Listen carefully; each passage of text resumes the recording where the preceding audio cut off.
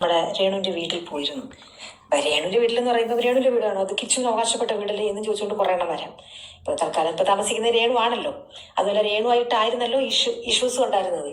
അപ്പൊ അങ്ങനെ ഇരിക്കുന്ന ആ സന്ദർഭത്തിൽ അതിനുശേഷം ആദ്യമായിട്ടാണ് കിച്ചു ഋതപ്പനെ കാണാനായിട്ട് രേണുവിന്റെ വീട്ടിൽ ചെല്ലുന്നത്. ചെന്ന് കഴിഞ്ഞപ്പോൾ എല്ലാവരും വിചാരിച്ചു അവിടെ ചെല്ലുമ്പോൾ ഇവനുമായിട്ട് ക്രാഷ് ആവും, മിണ്ടത്തില്ല, കുഞ്ഞിനെ കൊടുക്കത്തില്ല, അവരെ കാണാൻ അനുവദിക്കത്തില്ല എന്നൊക്കെയുള്ള ധാരണയിലായിരുന്നു കുറെ ആൾക്കാർ. പക്ഷെ ഒന്നും സംഭവിച്ചില്ല. കിച്ചു അവിടെ ആരാ ചേച്ചി ഈ ആൾക്കാരൊക്കെ? ആരാണ് ഈ ആൾക്കാർ? അതും കൂടെ ഒന്ന് പറഞ്ഞാൽ കൊള്ളായിരുന്നു. സജ്ജന, പുള്ളിക്കാരി രംഗത്തോട്ട് വരുന്നില്ലല്ലോ. എന്തുകൊണ്ടാണ് ഒളിച്ചും പാത്തുമൊക്കെ ഇരുന്നിപ്പോൾ സംസാരിക്കുന്നത്? പണ്ടൊക്കെ മുഖം കാണിച്ചുകൊണ്ടൊക്കെ നല്ല ബ്രോൾഡായിട്ട് സംസാരിക്കുന്ന സജ്ജന എന്തുകൊണ്ട് ഇപ്പോൾ സംസാരിക്കുന്നില്ല? എന്തുകൊണ്ട് സംസാരിക്കുന്നില്ല സജ്ജന? ഓക്കെ ഗൈസ്, അപ്പോൾ രേണു സുധി സംബന്ധമായിട്ടുള്ള കാര്യം സംസാരിക്കാനാണ് വേണ്ടി വന്നിരിക്കുന്നത്. എന്തായാലും കിച്ചുവിൻ്റെ 2-3 ദിവസം മുമ്പുള്ള ഒരു വീഡിയോ വന്നത് കണ്ടായിരുന്നു. പക്ഷെ ഞാനത് ചെയ്തില്ലായിരുന്നു. കാരണം കിച്ചുവിൻ്റെ വിഷയത്തിൽ ഞാൻ കുറച്ച് കാര്യങ്ങളൊക്കെ സംസാരിച്ചിട്ടുണ്ടായിരുന്നു. അതിനുശേഷമാണെങ്കിൽ പോലും എല്ലാ ആൾക്കാരും എനിക്ക് മെസ്സേജ് അയച്ചതും പേഴ്സണലി, എടാ അവന് തെറ്റ് പറ്റിയിട്ടുണ്ടെങ്കിൽ എന്താ പറയണ്ടേ, തിരുത്താനുള്ള ഒരു അവസരം കൊടുക്കണം, നീ അത് കൊടുക്കുന്നില്ല. അപ്പം അങ്ങനെ എനിക്ക് കമൻറ്റ് ബോക്സിൽ നല്ല നെഗറ്റീവും കാര്യങ്ങളൊക്കെ സംസാരിക്കുന്നുണ്ട്. അതുകൊണ്ട് ഞാൻ മനഃപൂർവ്വമായിട്ട് കോണ്ടന്റ് എടുക്കാനായിരുന്നു. ഓക്കെ, എന്തായാലും ചെറിയ ക്ലിപ്സും കാര്യങ്ങളൊക്കെ ഞാൻ കണ്ടു. പിന്നെ പോലെ ഓരോ കാര്യങ്ങളൊക്കെ കേട്ടിട്ടുണ്ടായിരുന്നു ആ വീഡിയോയിൽ തന്നെ. ഓക്കെ, നല്ല കാര്യമാണ് ആ വീഡിയോ. കൊച്ചിനെ വിളിച്ചുകൊണ്ട് കറങ്ങാൻ പോകുന്നതൊക്കെ നല്ല കാര്യങ്ങളൊക്കെ തന്നെ. ഇപ്പോൾ സജിൻ്റെ ചേച്ചി അങ്ങോട്ട് വന്നിട്ടുണ്ട്. ഓക്കെ, എന്തായാലും എല്ലാവരും ഒന്ന് ലൈക്ക് അടിക്കുക. രേണുവിനെ വെറുക്കുന്നവർ മാത്രം അടിച്ചാൽ മതി. ഹൈപ്പ് ഉണ്ടെങ്കിൽ ഹൈപ്പും കൂടെ കൊടുത്തോ. കമൻറ്റ് മസ്റ്റായിട്ടും വേണം. സജിനെ എന്താ പേടിച്ചിരിക്കുവാണോ എന്നൊരു ഡൗട്ടുണ്ട്. എനക്കുമില്ല. ഇങ്ങനെയൊക്കെ നമുക്ക് കേട്ട് നോക്കാം ചേച്ചി എന്താ പൊലമ്പെന്ന്. പറച്ചിൽ കേട്ട പുള്ളിക്കാരി അവിടുത്തെ അടുക്കള ജോലി ചെയ്തോണ്ടിരിക്കുവാന്ന് തോന്നുന്നു. പറയാനായിട്ട് എല്ലാരും പോവാനായിട്ട് റെഡിയായി നിൽക്കുന്ന സമയത്താണ് കിച്ചു അവിടെ ചെല്ലുന്നത്. ഓ, CCTVക്ക് ഉണ്ടോ ഇത്ര ഇത്? സജ്ജന, വാവ്. അവിടെ ചെന്ന് കഴിഞ്ഞ് ഋതപ്പനുമായിട്ട് കുറെ നേരം സംസാരിക്കുകയും എടുക്കുകയും അവനായിട്ട് കളിയും ചിരി എല്ലാം കഴിഞ്ഞതിന് ശേഷം സംസാരം ഇന്റർനാഷണൽ കാര്യങ്ങളല്ലേ രണ്ടും കൂടെ സംസാരിക്കുന്നേ. പുള്ളിക്കാരുടെ സംസാരമൊക്കെ കേട്ടിട്ട് പുള്ളിക്കാരെ അവിടെ ഇരുന്നിട്ട് അങ്ങെല്ലാം കണ്ടോണ്ടും കേട്ടോണ്ടും ഇരിക്കുന്ന പോലുള്ള രീതിയിലാണല്ലോ.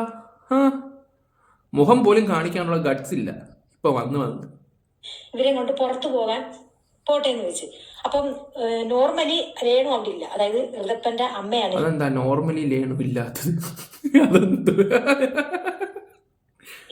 രേണു സുധി അവിടെ ഇല്ല. അപ്പം അച്ഛൻ, അതായത് രേണുവിന്റെ അച്ഛൻ്റെ അടുത്ത് ചോദിച്ചപ്പം രേണുവിന്റെ അച്ഛൻ പറഞ്ഞു, നീ രേണുവിനെ വിളിച്ച് ചോദിക്ക്, അവള് പറയുവാണെങ്കിൽ കൊണ്ടുപോക്കണം പറഞ്ഞു. ഇത്ര മാന്യമായിട്ട് തങ്കച്ചൻ പറഞ്ഞു. ഇത്രയും വിഷയങ്ങളും കാര്യങ്ങളൊക്കെ സോഷ്യൽ മീഡിയ ഉണ്ടായപ്പോൾ തങ്കച്ചൻ ഇത്രയും മാന്യമായിട്ടു പക്വതയൊക്കെ വന്നു അല്ലേ? നല്ല കാര്യം. അത് മാന്യമായ പറച്ചിലാണ്, അല്ലാതെ കുറെ ബ്ലോഗർമാർ എടുത്തിട്ട് ഉണ്ടാക്കുന്ന കണ്ടു. അവിടെ ചെന്നപ്പോ ഇവരെ തടഞ്ഞു, അങ്ങോട്ട് വിടത്തില്ല ഇങ്ങോട്ട് വിടത്തില്ല എന്ന് പറഞ്ഞ് തടഞ്ഞു. ഇതൊക്കെ ആരാ പറയുന്നേ? നിങ്ങൾ തന്നെ ഇതൊക്കെ പറയുന്നത്. എൻ്റെ അറിവിൽ ആരും അങ്ങനെ പറഞ്ഞിട്ടൊന്നുമില്ല. എല്ലാവരും ആ ഒരു വിഷയത്തിനെ കുറിച്ച് മാന്യമായിട്ട് സംസാരിച്ചു പോയത് മാത്രമേ ഉള്ളൂ. ചുമ്മാ ആവശ്യമില്ലാത്ത കാര്യങ്ങൾ ഇതിനെങ്ങനെ നമ്മൾ സംസാരിക്കുന്നത്? ഏത് ബ്ലോഗറാണ് പറഞ്ഞത്? ഏത് ബ്ലോഗറാണ് പറഞ്ഞത്? നിങ്ങൾ അതൊന്നും പറ. ചുമ്മാ വന്നിട്ട് ഓക്കെ, വല്ല തമ്മിലേയും വല്ല മിസ്ലീഡിങ് വല്ലതും കൊടുത്തിട്ടുണ്ടെങ്കിൽ അതിനെക്കുറിച്ച് സംസാരിക്കും. അല്ലാതെ ചുമ്മാ ഇങ്ങോട്ട് വന്നിട്ട് വാദയ്ക്ക് ഞാൻ പറയുന്നില്ല. മറ്റേതാ മറിച്ചു ഒന്നുമില്ല. അവൻ അന്നേരം തന്നെ രേണുവിനെ കോൾ ചെയ്തു, രേണുവായിട്ട് സംസാരിച്ചു. അപ്പൊ രേണു പറഞ്ഞ എന്താണ്, ആ ഋതപ്പം നിന്റെ അനിയനല്ലേ, നീ കൊണ്ടുവെക്കോ, കൊണ്ടുവെക്കാം. സുന അങ്ങനെ പറഞ്ഞോ?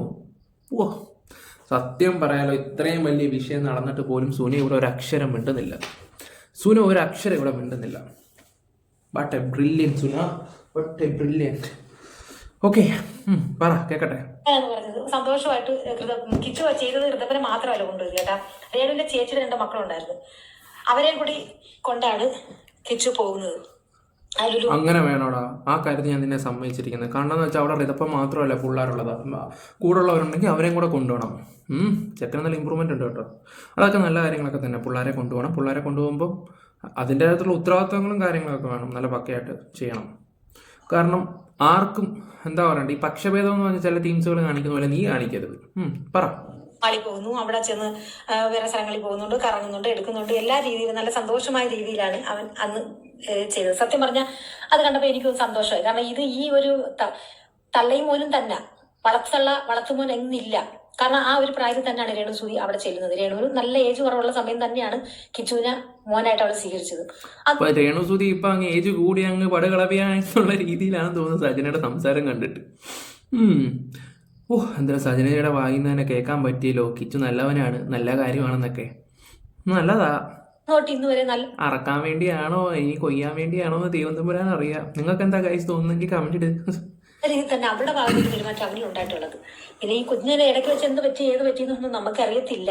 പിന്നെ എന്തിനാ ചേച്ചി വന്നിട്ട് ഈ അടുത്ത സമയത്ത് വലിയ പ്രസംഗം പ്രസംഗിച്ചേ? ഒന്നും അറിയത്തില്ലെങ്കിൽ പിന്നെ എന്തിനാ വന്ന് കുരച്ചത്? ഞാൻ അങ്ങനെ പറയൂ. ആയാലും അതെല്ലാം കലങ്ങി തെളിഞ്ഞു എന്നൊരു വിശ്വാസമുണ്ട്. കാരണം ഞാൻ പറഞ്ഞില്ല, ഇവർ രണ്ടുപേരും ഒന്ന് ഇരുന്ന് സംസാരിച്ചു കഴിഞ്ഞാൽ തീരാവുന്ന വിഷയങ്ങളെ അവർക്കിടയിലുള്ളൂ. കലങ്ങി തെളിഞ്ഞ് സജിനെ ഉറപ്പിച്ച് കിച്ചുവിനേടും ഒന്നായി കലങ്ങി തെളിഞ്ഞ് എന്തൊക്കെയാണ് ഈ കൊച്ചു ഇന്ത്യയിൽ നടക്കുന്നത്? എല്ലാ തള്ളമാർക്കും മക്കളടുത്തും ഒക്കെ ഉള്ള ആ ഒരു ചെറിയ ഇഷ്യൂസ് തന്നെയാണുള്ളത്. അപ്പം ഋതുപ്പനെയും റെഡിയാക്കി കൊണ്ടുപോയി. അപ്പൊ ഈ പറഞ്ഞല്ലോ, ഒരുപാട് ബ്ലോഗർമാർ അത് എന്തെല്ലാം തമ്മിൽ കൊടുത്താണ് വേറെ ചെയ്തിട്ടിരിക്കുന്നത്. കിച്ചുവിനെ കാണാൻ അല്ല ഋതുപ്പനെ കാണാൻ കിച്ചു ചെന്നപ്പോ തമ്പിലേന്ന് വന്നു കേട്ടോ, തമ്പിലേന്ന് വായിന്ന് വന്ന്. ഓക്കെ തമ്പിലേനാണ് കണ്ടത്. തമ്പിലേൻ എന്തായാലും ചേച്ചി എല്ലാവരും നല്ലതൊന്നും എഴുതുന്നില്ല. നിങ്ങൾ എഴുതുന്നുണ്ടോ? ഞാൻ എഴുതുന്നുണ്ടോ? ഇല്ല. നമ്മൾ ആദ്യം സ്വയം നന്നായിട്ട് മറ്റുള്ളവരെ വിമർശിക്കൂ ചേച്ചി. രേണുവിന്റെ അച്ഛൻ കയറ്റിയില്ല, അവനെ അവിടെ നിന്ന് ചെരുപ്പിന് അടിച്ചിറക്കി ഓട്ടിച്ച് ബഹളം വെച്ചു എന്നൊക്കെ തമ്പിനെ ഉൾപ്പെടെ ഇട്ടിരിക്കുന്നു. അങ്ങനെ ഒന്നും സംഭവിച്ചിട്ടില്ല. യഥാർത്ഥത്തിൽ സംഭവിച്ച ഇങ്ങനെയുള്ള കാര്യങ്ങൾ തന്നെയാണ്. അതസായ രീതിയിൽ അവൻ ചെന്ന് കാര്യങ്ങൾ കണ്ടു, സംസാരിച്ചു, കുഞ്ഞുങ്ങളെ കൊണ്ട് പുറത്തു പോയി, ലുലുമാളിൽ പോയി, പിന്നെ പുറത്തുനിന്ന് ഫുഡ് കഴിച്ച് അവിടെയൊക്കെ അവരെ കൊണ്ട് ഗെയിം കളിപ്പിക്കുന്നു. അങ്ങനെ ഇങ്ങനെ ഭയങ്കര സന്തോഷമായിട്ടും ആർത്തുല്ലസിച്ച് കുറേ നേരം സ്പെൻഡ് ചെയ്തതിന് ശേഷം വൈകുന്നേരം ആണ് തിരിച്ചു കൊണ്ടുവന്ന് കുഞ്ഞുങ്ങളെ വീട്ടിൽ കൊണ്ടാക്കിയിട്ട് കിച്ചു തിരിച്ചു പോകുന്നത്. ഈ കിച്ചുവിന്റെ വീഡിയോയുടെ താഴെ ഞാൻ ഒരുപാട് കമന്റ്സ് കണ്ടിട്ടുണ്ട്. എന്താ ഇതപ്പം ഭയങ്കരമായിട്ട് പേടിച്ചിരിക്കുന്നത്, ഭയങ്കരമായിട്ട് വരണ്ടിരിക്കുന്നത്, അങ്ങനെയുള്ള രീതിയിലൊക്കെ കുറെ ആൾക്കാർ കിച്ചുവിനെതിരെ കമന്റ് ഇടുന്നുണ്ടോ? മീൻസ് കിച്ചു പേടിപ്പിക്കുന്നതാണോ? അനി എന്താ പറയണ്ടേ, ഋതപ്പൻ ആ വീട്ടിൽ പേടിച്ച് നിൽക്കുകയാണ്, അങ്ങനെയൊക്കെ ഓരോ കമന്റ്സും കാര്യങ്ങളൊക്കെ വരികയൊക്കെ ചെയ്യുന്നുണ്ട്. എനിക്ക് തോന്നി ഫ്രണ്ട്സ് ഇത്രയും പേരൊക്കെ നിൽക്കുന്നു, അവരെല്ലാവരും കൂടി ഇങ്ങനെ ഒരുങ്ങിക്കെട്ടി അവനെന്തോ ഇങ്ങനെ കൈകെട്ടി ഇങ്ങനെ മിണ്ടാതെ ഇങ്ങനെ ഇരിക്കുന്നതേ ഉള്ളൂ. ഈ നാട്ടുകാരെന്തിനാ ആവശ്യമില്ലാത്ത കാര്യങ്ങളൊക്കെ കമന്റിട്ട് മെഴുകുന്നതെന്ന് ഞാൻ ആലോചിച്ച് നോക്കുന്നത്. എനിക്ക് അങ്ങനെയൊന്നും തോന്നിയൊന്നുമില്ല. ഞാൻ കുറച്ച് ഭാഗങ്ങളെ കണ്ടിട്ടുള്ളെങ്കിൽ പോലും എനിക്ക് അങ്ങനെ തോന്നിയിട്ടൊന്നുമില്ല. നല്ല ചില്ല് ഹാപ്പി ആയിട്ടാണ് അവരിയ്ക്കുന്നതായിട്ട് എനിക്ക് തോന്നുന്നത്. ഓക്കെ, അപ്പൊ എന്തെങ്കിലും ഒരു കണ്ടന്റ് കിട്ടി കഴിയുമ്പോഴത്തേക്ക് അത് ഏത് രീതിയിൽ എങ്ങനെയൊക്കെ കൊണ്ടാക്കണം എന്ന് തീരുമാനിക്കുന്നത് കുറെ ബ്ലോഗർമാരാണല്ലോ. അതാണല്ലോ ഇപ്പൊ നടന്നുകൊണ്ടിരിക്കുന്ന കാര്യങ്ങൾ. നമ്മുടെ ലൈഫിൽ എന്താണ് നടന്നത് നമുക്ക് നല്ല വ്യക്തമായിട്ട് അറിയാം. അനുഭവിച്ച നമ്മളാണ്. പക്ഷെ പറച്ചിൽ കേട്ട് കഴിഞ്ഞാൽ നിങ്ങൾ രേണു സുധിയുടെ കൊച്ചമ്മയുടെ മോളായിട്ട് നിങ്ങൾ ആ വീട്ടിൽ ഇങ്ങനെ കാവല് നിൽക്കുകയായിരുന്നു, നിങ്ങൾ ഇതെല്ലാം കണ്ടോണ്ടിരിക്കുക എന്നുള്ള രീതിയിലാണല്ലോ നിങ്ങൾ സംസാരം കേട്ടാലോ. എന്തുവാ ചേച്ചി പറയുന്നേ? ഈ പറയുന്ന ആൾക്കാർ പോലും ആരെങ്കിലും എന്തെങ്കിലുമൊക്കെ പറയുന്നത് കേട്ടിട്ടായിരിക്കും ചിലപ്പം സംസാരിക്കുന്നത്. അല്ല, നമ്മൾ പറയുന്നതിനെക്കാട്ടിയും വ്യക്തവും സ്പഷ്ടമായിട്ട് മറ്റുള്ളവർ പറയും. അത് അംഗീകരിക്കാൻ വേണം നമ്മൾ. അതാണ് സംഭവം, ഇതാണ് നടന്നതെന്ന് പറയുമ്പോൾ നമ്മളത് അംഗീകരിക്കണം. ബാധിക്കപ്പെട്ട നമ്മൾ പറയുന്നതിനകത്ത് ഒരു വാല്യൂ ഇല്ല. ബാധിക്കപ്പെട്ട നമ്മളോ? നിങ്ങളുടെ വിഷയമാണോ അത്? അല്ല, ഇത് രേണുവിന്റെ വീട്ടുകാരുടെ വിഷയമാണ്. നിങ്ങൾ എന്തുവാ ആ വീട്ടുകാരെ അറിയാം, അത് വെച്ച് നിങ്ങൾ കോണ്ടന്റ് ചെയ്യുന്നു, അത്ര മാത്രമല്ലേ ഉള്ളൂ. എന്റെ പൊന്നോ, ഇമാജിൻ ചെയ്യുന്നവർക്കാണ് വാല്യൂ മൊത്തം. ഇതാണ് ഉലകം. എന്താണ്? നാടകമേ ഉലകം. അല്ല, ഇതും പൊക്കിപ്പിടിച്ചോണ്ടൊന്നും കുറെ ആൾക്കാരുണ്ടായിരുന്നില്ല. ഒരുത്തികളെയും കാണുന്നില്ലോ എന്താണ് എന്ന്. ആ ഒരു സ്വന്തം അനിയനും ചേട്ടനും തിരിച്ചറിയാൻ വേണ്ടി ഒരു DNA ടെസ്റ്റിന്റെ ആവശ്യമില്ല. ആ രക്തബന്ധം എന്ന് പറയുന്ന രക്തത്തിന്റെ മണം അത് അവർക്ക് ജനിക്കുമ്പോഴേ ഉള്ളതാ. അത് സ്വന്തം സഹോദരങ്ങളെ തിരിച്ചറിയാൻ വേണ്ടി എവിടെയെങ്കിലും ചെന്ന് ഒരു പേപ്പർ കൊണ്ടുവരേണ്ട ഈ DNA ടെസ്റ്റ് കാര്യങ്ങളൊക്കെ അത് ചെറ്റ പരിപാടിയാണ്. അതിനോടൊന്നും നമുക്ക് വലിയ യോജിപ്പും കാര്യങ്ങളൊന്നുമില്ല. അതൊക്കെ നടത്തണം എന്ന് പറഞ്ഞവരുടെ അടുത്ത് പോയി ചോദിച്ചാൽ മാത്രം മതി. അതെനിക്ക് ഒട്ടും യോജിപ്പില്ലാത്തൊരു കാര്യമാണ്. കാരണം അങ്ങനെ ഒരു കാര്യം അത് ആ കുഞ്ഞിനെ ഭാവിയിൽ അത് ദോഷം ചെയ്യുന്നതാണ്. ആ കുഞ്ഞിന് അതാര് പറഞ്ഞിട്ടുണ്ടോ അതിൽ നിന്ന് നമ്മുടെ നാട്ടിലൊരു പേരുണ്ട്, ഞാൻ ഇടയ്ക്കിടയ്ക്ക് പറയുന്നതാണ്, അത് ഞാൻ ഇവിടെ ഇപ്പോൾ പറയുന്നില്ല. ആവശ്യമില്ല. സഹോദരങ്ങൾ രക്തത്തെ തിരിച്ചറിയാൻ വേണ്ടി ഒരു പ്രൂഫിന്റെയും ആവശ്യമില്ല എന്ന് തന്നെയാണ് ഈ പറഞ്ഞതിന്റെ അർത്ഥം. മനസ്സിലായല്ലോ? അപ്പോ അങ്ങനെ കുറെ ഘോരം പ്രസംഗിച്ച് കുറെ പൊടിച്ച് പട്ടികൾ അവിടെ ഇവിടേക്ക് ഇരുന്ന് തോറ്റിരിക്കുന്ന കാഴ്ചയാണ് നമ്മളിപ്പോ കണ്ടുകൊണ്ടിരിക്കുന്നത്. ഞാനില്ല കേട്ടോ ഇനിയിപ്പം എന്തുണ്ടെങ്കിലും അവസാനം അതുലിന്റെ ഡാനിയുടെ നെഞ്ചത്തോട്ട് വരും, കൊടിച്ചുപട്ടികളും പേപ്പട്ടി എന്നൊക്കെ പറഞ്ഞിട്ട്. അത് നമ്മൾ കാണുന്നുണ്ട്. നമ്മളത് പറഞ്ഞിട്ടില്ല, വീഡിയോ കണ്ടിട്ട് വേണമെങ്കിൽ പറയണേ. അവസാനം ഞാനിപ്പോൾ ഇതിനെക്കുറിച്ച് സംസാരിച്ചു കഴിഞ്ഞാൽ ഡാനി തന്നെ പറഞ്ഞെന്ന് പറഞ്ഞെങ്കിൽ ചാടിക്കറി വരും. ഇനവാ മാത്രമല്ലേ, എന്തിനും ഏത് കാര്യത്തിനായാലും ഒരു ഉണ്ട് എന്ന് പറയുന്നത് പോലെ തന്നെയാണ് അതിനൊരു കുഴി ഉണ്ടാവും.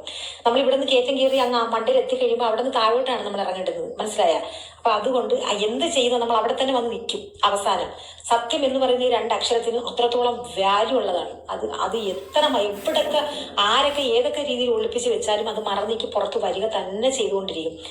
ഇത്രയും കാര്യം നമ്മളെ 10 വിരലിന് കുറ്റം വെച്ചിട്ട് ഒരു വിരലിനൊരു മുറിവുള്ള ഒരാളെ കുറ്റം പറയുന്ന പാർട്ടികളാണ് നമുക്ക് ചുറ്റുമുള്ളത്. ഓരോന്ന് കാണാൻ കേൾക്കുകയും ചെയ്യുന്നില്ലേ? എനിക്കും വേണമെങ്കിൽ ഇഷ്ടം ഓരോ വീഡിയോസ് ഉണ്ട്. എന്നെ കൂടെ കാണാൻ പറ്റുന്ന എന്ത് ആൾക്കാരുണ്ടെന്ന് എനിക്കറിയാം.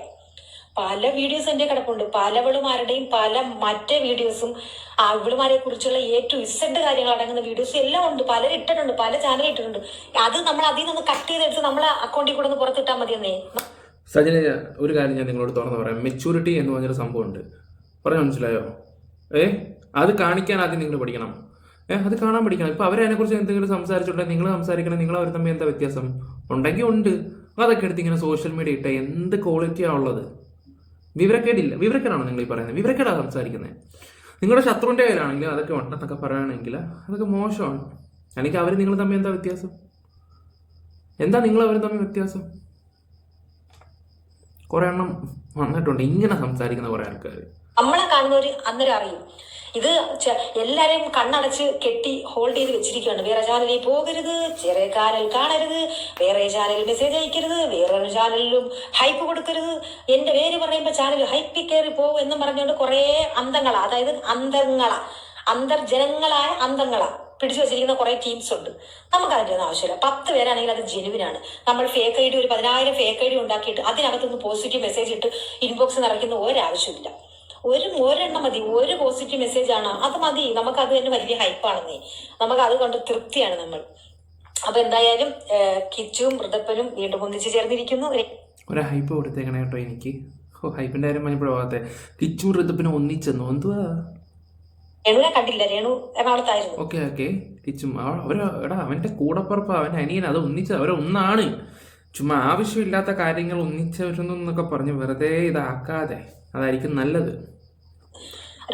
പോയെന്നാണ് അറിഞ്ഞത്. അതാണ് അറിഞ്ഞത്. ഇത്രയും കാര്യങ്ങളൊക്കെ കറക്റ്റ് ആയിട്ട് പറയാമെങ്കിൽ അത് മാത്രം അറിയില്ലയോ? ഇത്രയും കാര്യങ്ങളൊക്കെ അറിയാമെങ്കിൽ പിന്നെ എന്തുകൊണ്ടാ ചേച്ചി ഇത്രയും കാര്യങ്ങളൊക്കെ നിങ്ങൾ കേട്ടില്ലേ? ഇപ്പൊ ഈ ഒരു വീഡിയോ തുടങ്ങിയിട്ട് ഒരു 10 മിനിറ്റ് ആയി കാണും. ആ 10 മിനിറ്റ് ഇതെല്ലാം അറിഞ്ഞ മട്ടി സംസാരിച്ചിട്ട് രേണുവിന്റെ കാര്യം വന്നപ്പോൾ മാത്രം എന്തെങ്ങനെ? അതെന്താ ചേച്ചി ഇങ്ങനെ? ഞാൻ പറയാം. ഓക്കെ, അപ്പൊ എന്തായാലും ഈ വീഡിയോ ഇഷ്ടപ്പെട്ടെങ്കിൽ ലൈക്കും കമന്റ് ഷെയർ ചെയ്യാൻ മറക്കരുത്. ഓക്കെ, അടുത്ത വീഡിയോ ആയിട്ട് കാണുന്നവരേക്കും താങ്ക് യു.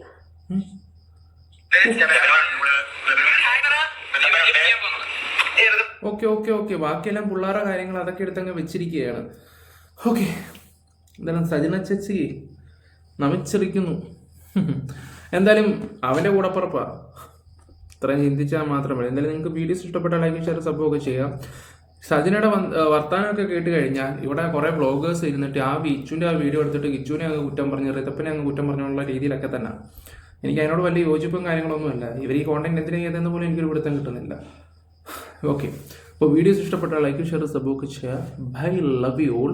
പിന്നെ രേണു ഇതുവരെ പ്രതികരിച്ചിട്ടില്ല.